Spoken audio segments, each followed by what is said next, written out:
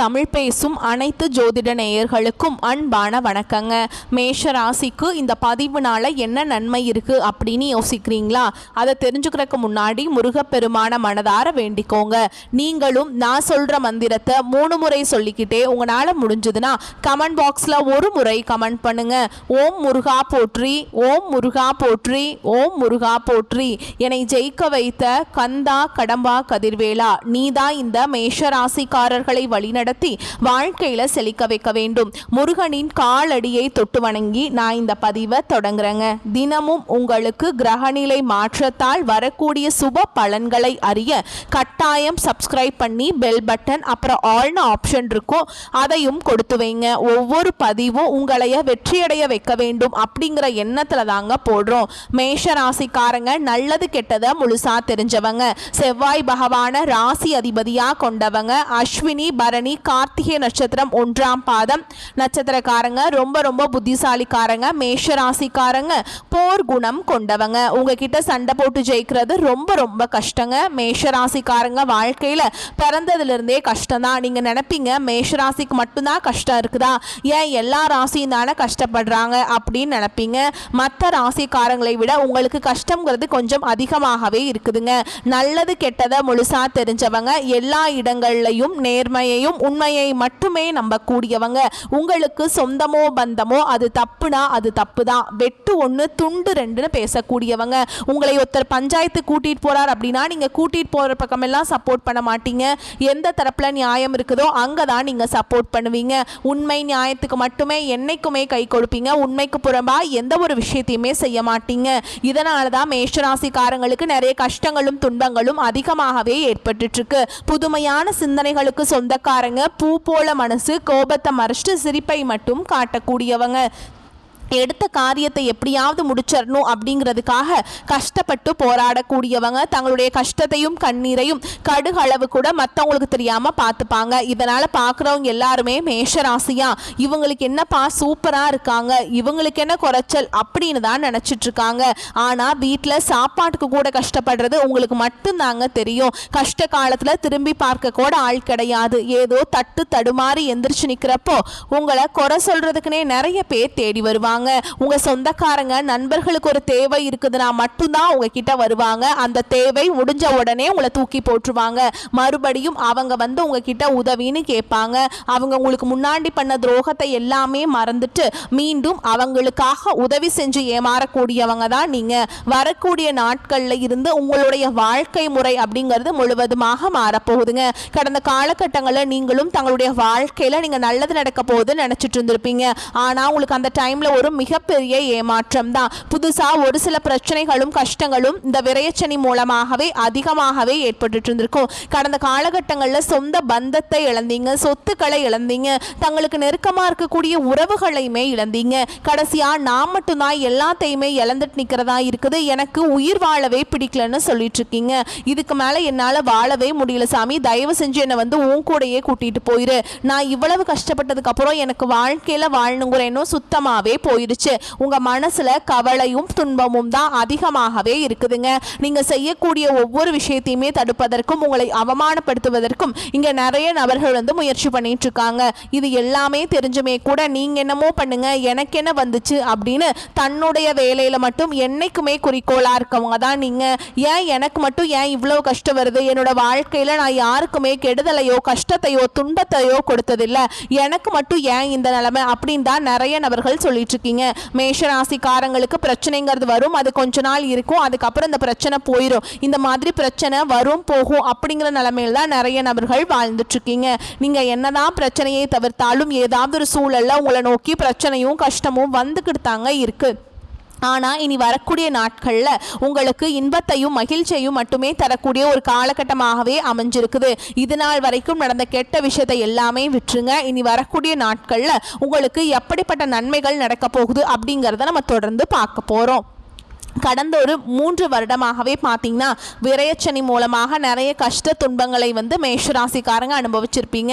இப்போ பார்த்தீங்கன்னா சரி இனிமேலாவது நம்ம வாழ்க்கை நல்லா தான் இருக்கும் அப்படின்னு பார்த்தீங்கன்னா அதுக்குள்ளே ஏழரசனி அப்படிங்கிறது ஆரம்பிச்சிருச்சு. இதனுடைய தாக்கம் அப்படிங்கிறது நல்லாவே நிறைய நபர்கள் உணர்ந்திருப்பீங்க. ஏன்னா அந்த அளவுக்கு ரொம்ப வந்து இந்த 4-5 மாதங்கள் அப்படிங்கிறது ரொம்பவே வந்து ஒரு நரகத்தில் இருக்கக்கூடிய நாட்களாகவே உங்களுக்கு இந்த கடந்த சனி பயிற்சிக்கு அப்புறமே இருக்கக்கூடிய பார்த்தீங்கன்னா ஒரு என்னடா இது இப்படியே லைஃபே போயிருச்சு, எதுவுமே நடக்க மாட்டேங்குது நல்லதாவே அப்படின்னு நிறைய மேஷராசிக்காரங்க வாழ்க்கையில் நினைக்கிற அளவுக்கு உங்கள் வாழ்க்கை தான் அப்படிங்கிறது சில டைம் உங்கள் வாழ்க்கையாக இப்படி அப்படிங்கிற கேள்வி கேட்கக்கூடிய நிலைமையில தான் இருக்கீங்க. ஆனால் இனி வரக்கூடிய நாட்களில் இன்னொரு 6 மாத காலகட்டங்கள் அப்படிங்கிறது பார்த்தீங்கன்னா இந்த 2025 10 மாதம் வந்து நிறைவடைய போகிற நிலைமையில் இருக்குதுங்க. ஓகேங்களா?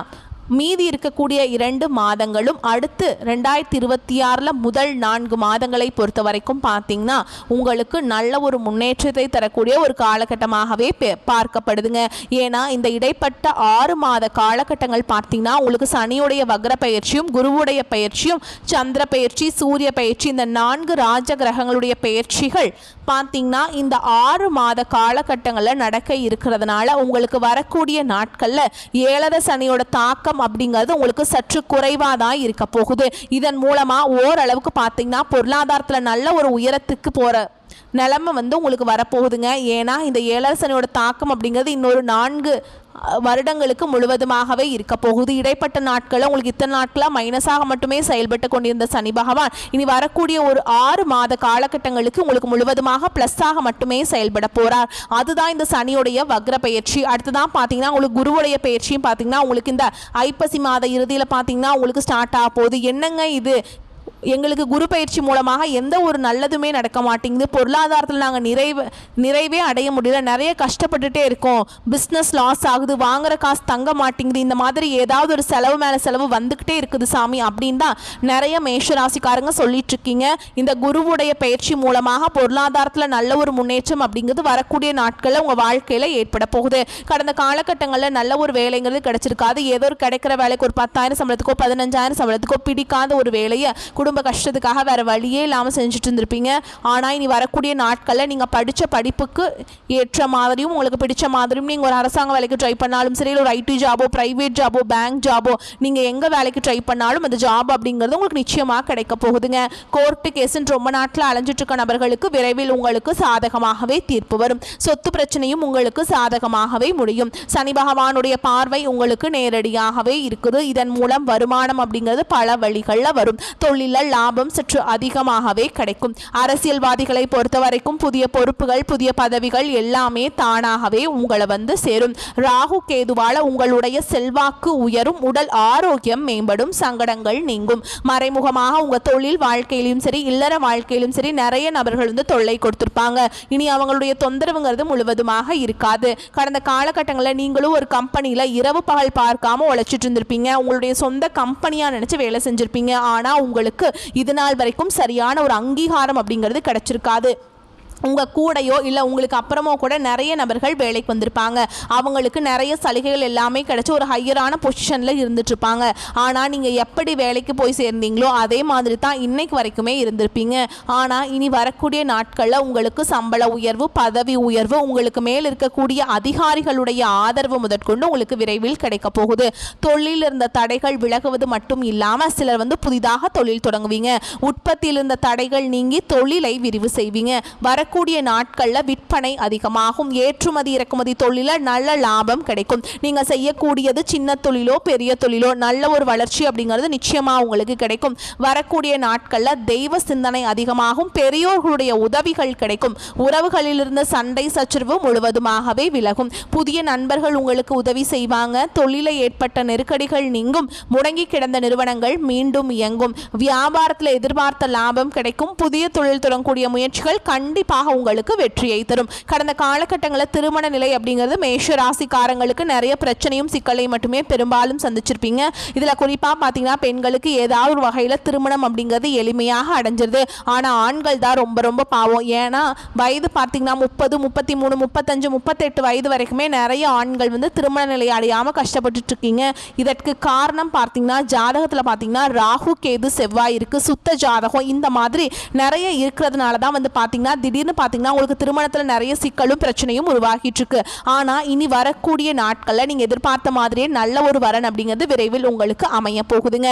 வாழ்க்கை துணையை இழந்த நபர்கள் பார்த்தீங்கன்னா அடுத்து வந்து செகண்ட் மேரேஜ் பண்ணலாமா வேண்டாமா அப்படிங்கிற ஒரு குழப்பத்தில் இருப்பீங்க.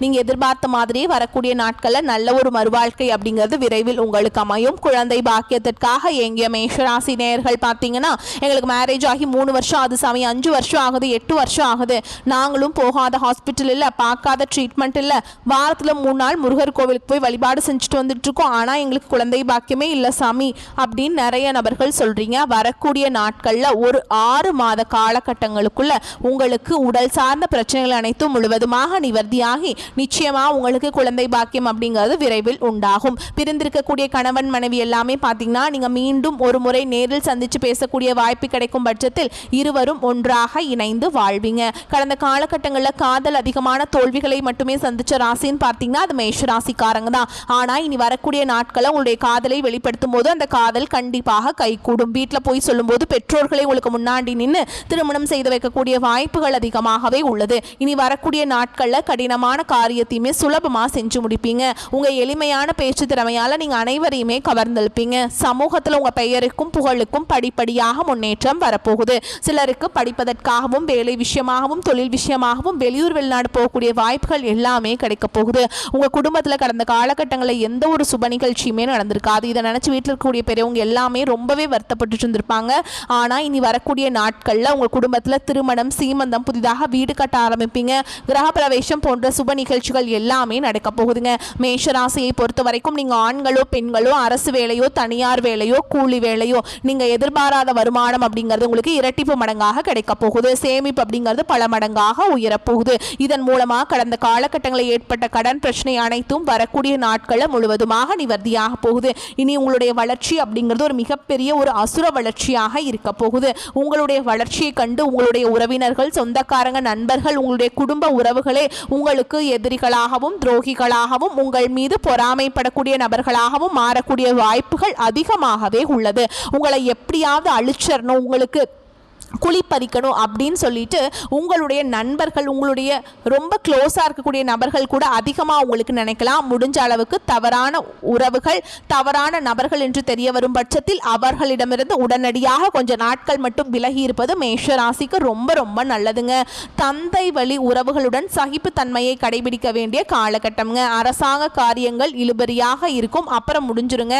புதிய முயற்சிகளுக்கு ஒரு முறைக்கு பல முறை சிந்தித்து ஈடுபட வேண்டும். பண வரவு அதிகரிக்கும், புதிய பொருட்களின் சேர்க்கை உண்டாகும். சிலருக்கு பயணங்களும் அதன் மூலம் ஆதாயமும் ஏற்படும். புதிய ஆடை ஆபரணங்கள் வாங்கி மகிழ்வீங்க.